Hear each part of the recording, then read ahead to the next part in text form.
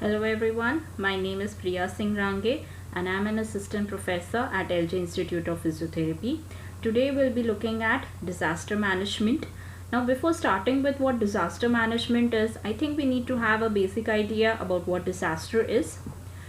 Disaster is any occurrence that causes damage, ecological disruption, loss of human life, or deterioration of health and health services on a scale sufficient to warrant an extraordinary response from outside the affected community or area. Here, what we mean to say is that disaster is any occurrence. It can be natural, it can be man-made, there can be varied causes of disaster, but overall, it is an occurrence that causes damage to human life, to health and health services, to the ecology, anything in general, which is on such a scale that it should warrant an extraordinary response from an area or a community that is not which is being affected. The United Nations defines disaster as a serious disruption of the functioning of a community or society. To elaborate, we can say that any occurrence that causes a complete disruption of the way a community or a society functions can be termed as a disaster. Disasters involve widespread human, material, economic, or environmental impacts. So it can be said that it is not that disasters involve only a specific aspect of the human life. They affect the human life, they affect the material, the environment that we live in, they affect the economy of the world, and hence it can be said that disasters involve all the aspects of human life. Now, what are the types of disasters? There are basically four main types of disasters: natural disasters, environmental emergencies or man-made disasters, complex emergencies, and pandemic emergencies. Natural disasters are disasters which have a natural cause, where the reason of the disaster is something related to nature, like earthquakes, like storms, cyclones, etc. Environmental emergencies or man-made disasters are disasters where the cause of the disaster is something that is man-made, where the cause has been generated due to a fault by a human or a man, to be more specific based on the term. Here the examples that can be given are accidental spills, industrial accidents, transportation accidents, toxic gas releases, etc. Complex emergencies are disasters where the cause is something that is more complex, which is a combination of something that is natural as well as man-made. Pandemic emergencies are emergencies or disasters that cover the whole world, which, to be specific, are not related to a particular region or a particular community, but they are more widespread, so that they involve most of the regions or countries of the world. Disaster management. The Red Cross and Red Crescent societies define disaster management as the organization, management of resources and responsibilities. Here it is not just that we are talking only about the organization of responsibilities or only the management of the resources. We need to organize the resources, we need to manage them, we need to organize the responsibilities and also have people who can manage these responsibilities. This organization and management is done in order to deal with the humanitarian aspects of emergencies. Now here again, we are not just talking about a single aspect of emergency, we are talking about all the humanitarian aspects of emergencies. We want to prevent the disaster from occurring, we need to be prepared for it, we need to be able to respond to the disaster, and we need to recover from the disaster.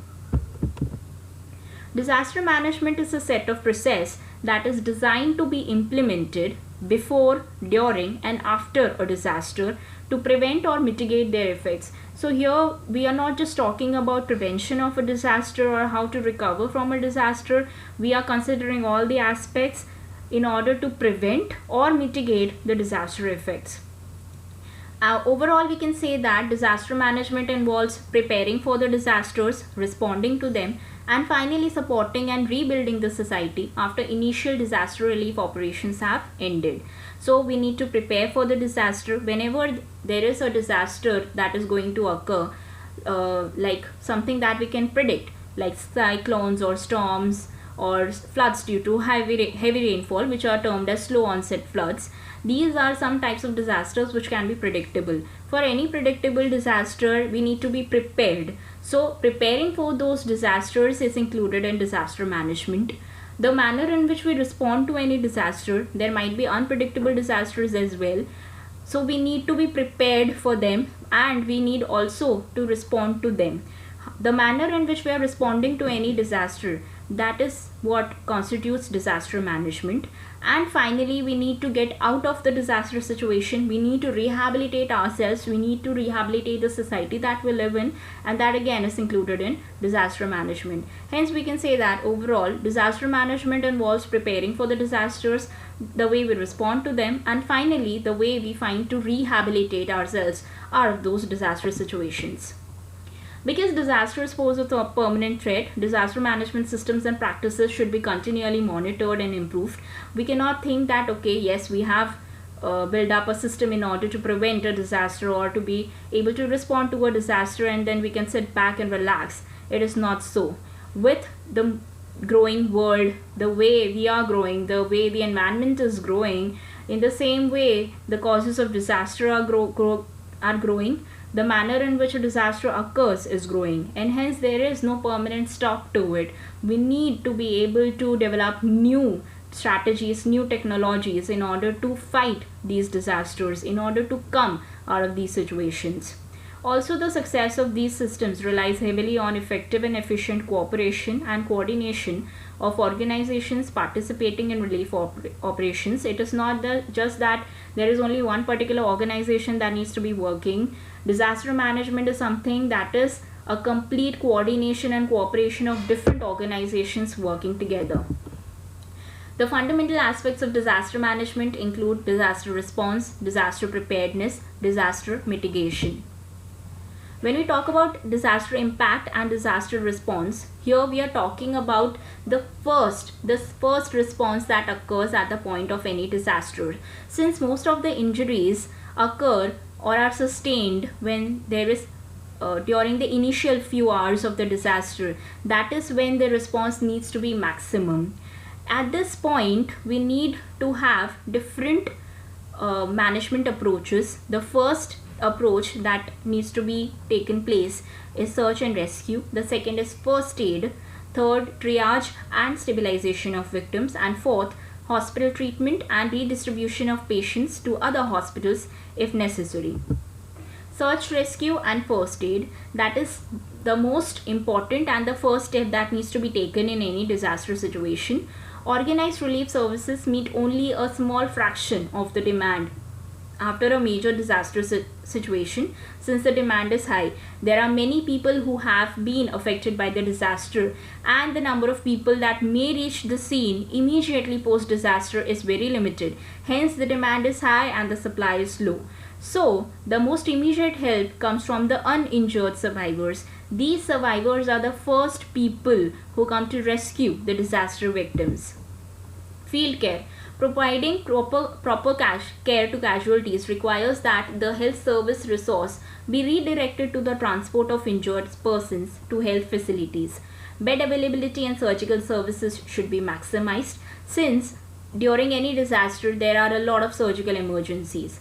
Provision should be made for food and shelter, because these people during any disaster have lost their shelter, have lost their homes. They do not have any resources of food. Hence, the responsibility of providing food and shelter also lies on the organizations. A center should be established to respond to inquiries from patients' relatives and friends. This is very important, since in any disaster situation, the friends and relatives always need to know how the person is. Priority should be given to victims' identification, and adequate mortuary space should be provided, since there are many people who may be dead in any disaster. Triage is the next step. Triage is something that occurs on the field. It is most important step, because here we will decide who becomes our priority. In any disaster situation, the first come first treated basis cannot be followed, and we need to prioritize each and every individual. The triage skills have to be adapted to locally available skills. The higher priority lies to victims whose immediate or long-term prognosis can be dramatically affected by simple intensive care, and lower priority is given to moribund patients who have very low or poor prognosis. Triage is the only approach that can provide maximum benefit to the greatest number of injured in a major disaster situation.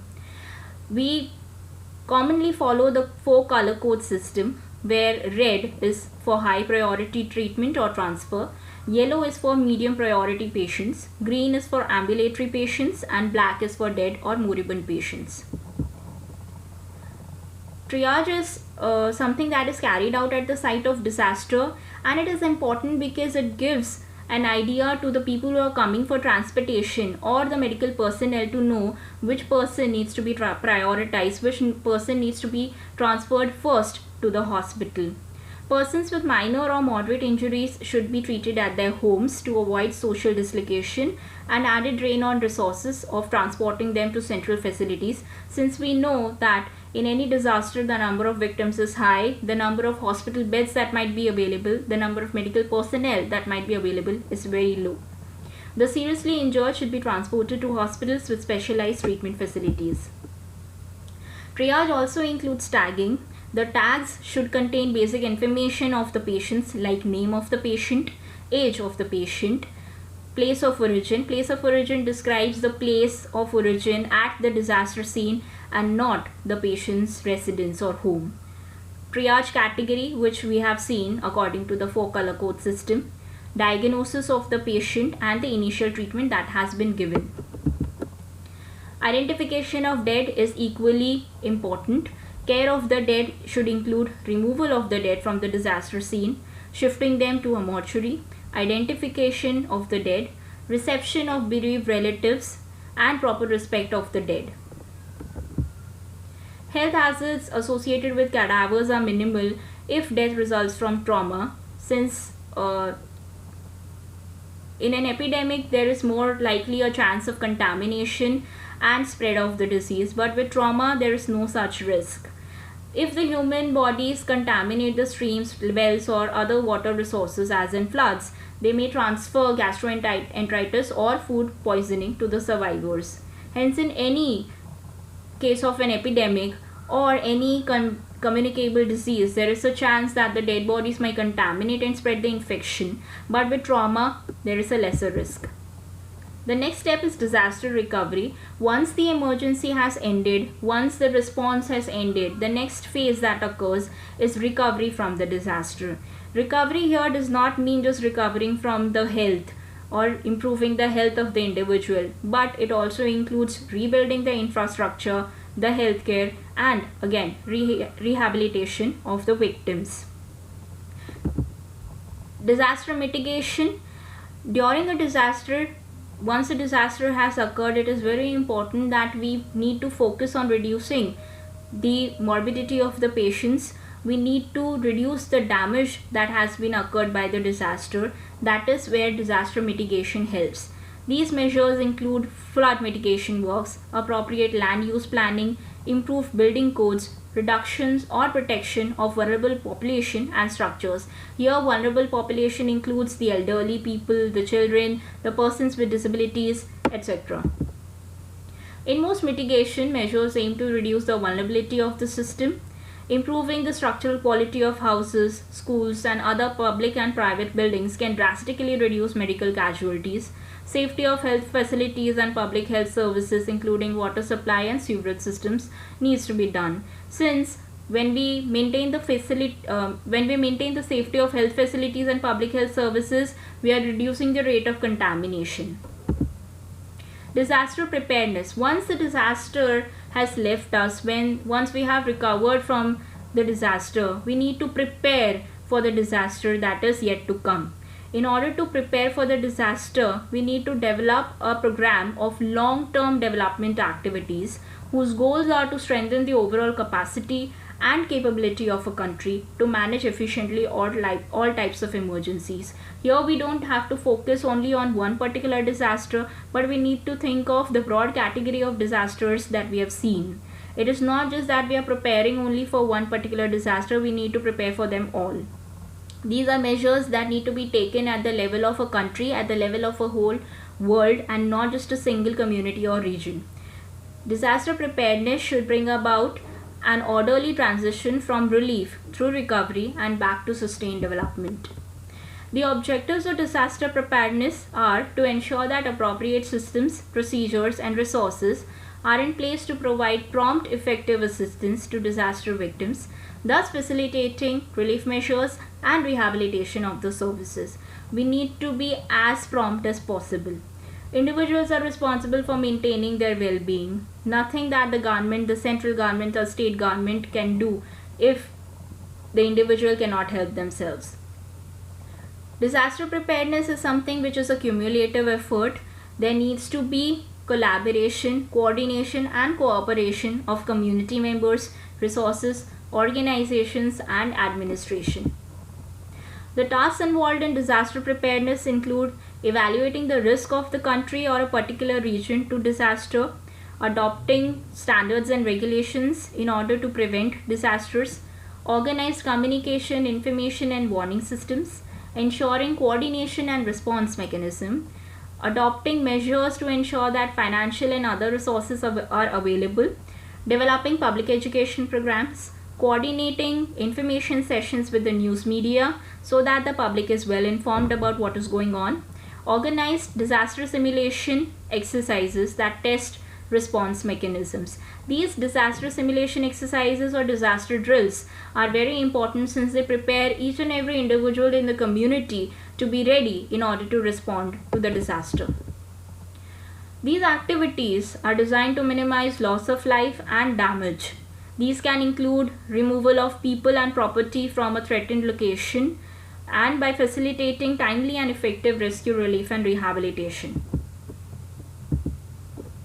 What is the role of physical therapists in disaster management? The WCPT has advised some points regarding the role of physical therapist. The first is contributing to the policy development and disaster planning. We can help and aid in the policy development in our local regions. We need to work with the member organizations and support the member organizations while they are planning for disaster management. We need to learn about the risks and prevention strategies, and we need to prepare ourselves in order to react to disasters. We can donate to relief efforts or raise funds for NGOs. We can support disaster relief organizations by raising awareness of the need for linkages between the disaster relief, rehabilitation, and development. We can advocate for vulnerable groups like the elderly people, persons with disabilities, children, etc. We can actively engage ourselves in relief efforts as well. What is a physiotherapist's role post-disaster? The role of physiotherapist lies in linking the acute response to ongoing rehabilitation and support. We cannot forget the persons who were being rehabilitated pre-disaster, and we also need to take care of the people who are going to need rehabilitation post-disaster. We need to advocate and advise around inclusive reconstruction. Again, it needs to be focused that the rehabilitation should be inclusive. It is not just that we are talking about the health of the person. We need to also look at the infrastructure. We need to look at the economy, etc. We need to build the capacity of local services because that is what is really needed. Physical therapy should be a part of a multidisciplinary task force that prepares a long-term program for rehabilitation services. Scaling up rehabilitation services post-disaster presents an opportunity to develop rehabilitation services for all, from tertiary hospitals through to CBR. Physical therapists should be involved in the recovery phase, and they need to be involved in improving services for those patient groups who are likely to have been disproportionately affected by the disaster and who are a priority group for building resilience to future disasters. Thank you for listening to me. Thank you.